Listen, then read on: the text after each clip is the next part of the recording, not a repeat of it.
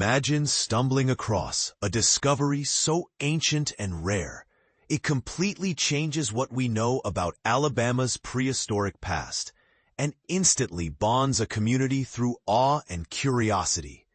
This is exactly what happened when a family outing along the Alabama River turned into a once-in-a-lifetime science adventure. But here's where the story gets even more fascinating.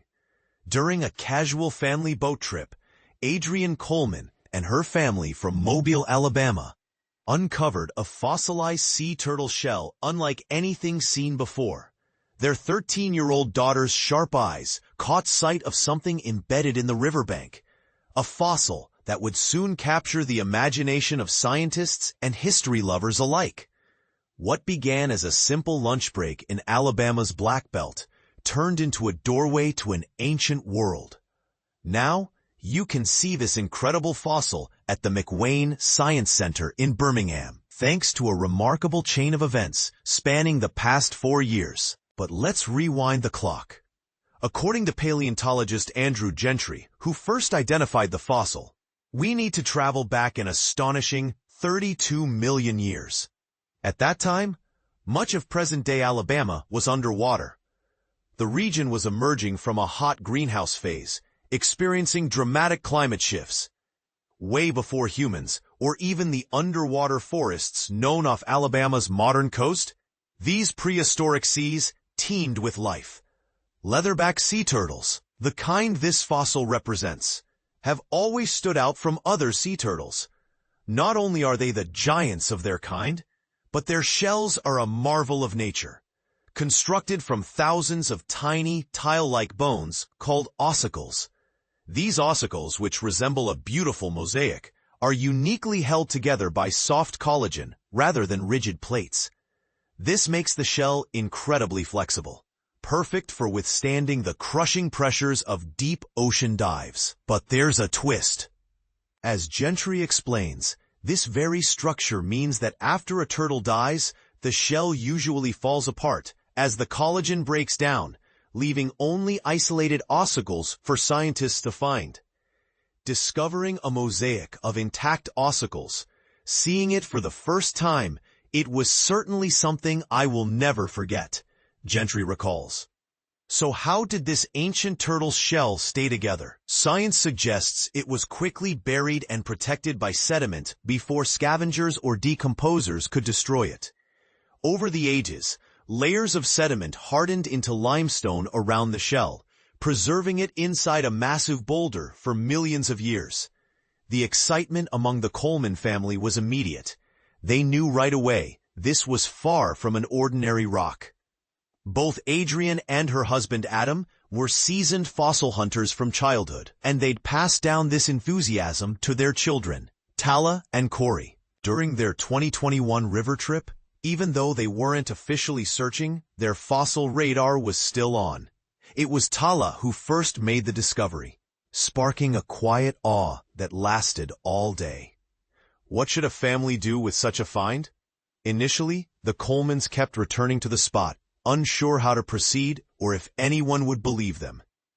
Adrienne's first attempt to reach a university researcher didn't lead anywhere, but her perseverance paid off a year later when she contacted Andrew Gentry. The impact was immediate.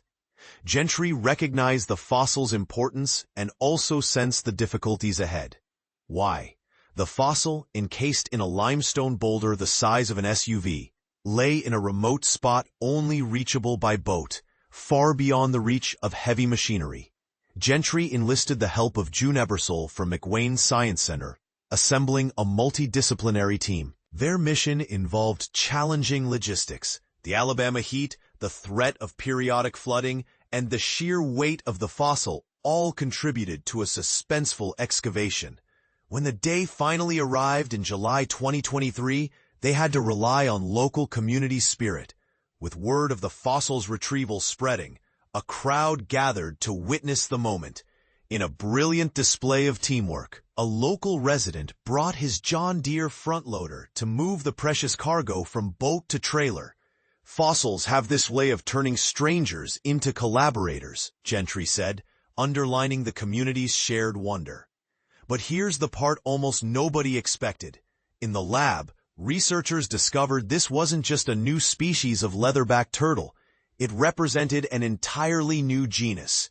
And this is where controversy and pride blend. The genus, Ueloca, honors the Muskogee Creek language, reflecting respect for the indigenous heritage of the land. The name combines uea, water, and love, turtle. The first time a fossil has carried a Muskogee name. The species title, colemanorum, celebrates the family that made the discovery possible. This naming choice has sparked debate in some circles about the importance of cultural recognition in science. Should more fossils reflect the original heritage of their discovery sites? What do you think? What makes Ueloca colemanorum truly fascinating is its lineage. During the Oligocene epoch, two types of leatherbacks swam these seas. One had ridges on its back, the other did not. While both adapted to deep diving life, only the ridged variety survives today, meaning the ridgeless ancestor found by the Colemans is a snapshot of a vanished branch of the family tree. Imagine being able to look into the lost evolutionary pathways of creatures that still swim the oceans today. And this is the part most people miss. The real scientific value of this discovery has only just begun. The exact location along the riverbank is being kept secret to protect the site. There could be more fossils waiting to be found, and researchers worry about fossil hunters removing pieces before science has a chance to study them. This fossil is already called the Rosetta Stone for understanding the now extinct ridgeless leatherbacks, offering insight not only into ancient turtles, but also into the climate and environments of Alabama 32 million years ago. Could there be more such secrets hidden along the riverbanks, waiting for sharp eyes and curious minds to stumble upon them? For the enthusiastic Coleman family, their passion for fossil hunting has only intensified. That right there just set more of a little fire for it, Adrian admits. The kids are always searching, wondering if lightning or fossils might strike twice. So what do you think? Should major fossil discoveries from public lands always become part of museum collections? Or do finders have a right to keep them? And how important is it to include indigenous languages and histories in scientific naming? Let's hear your thoughts in the comments, whether you agree, disagree, or have your own fossil stories to share.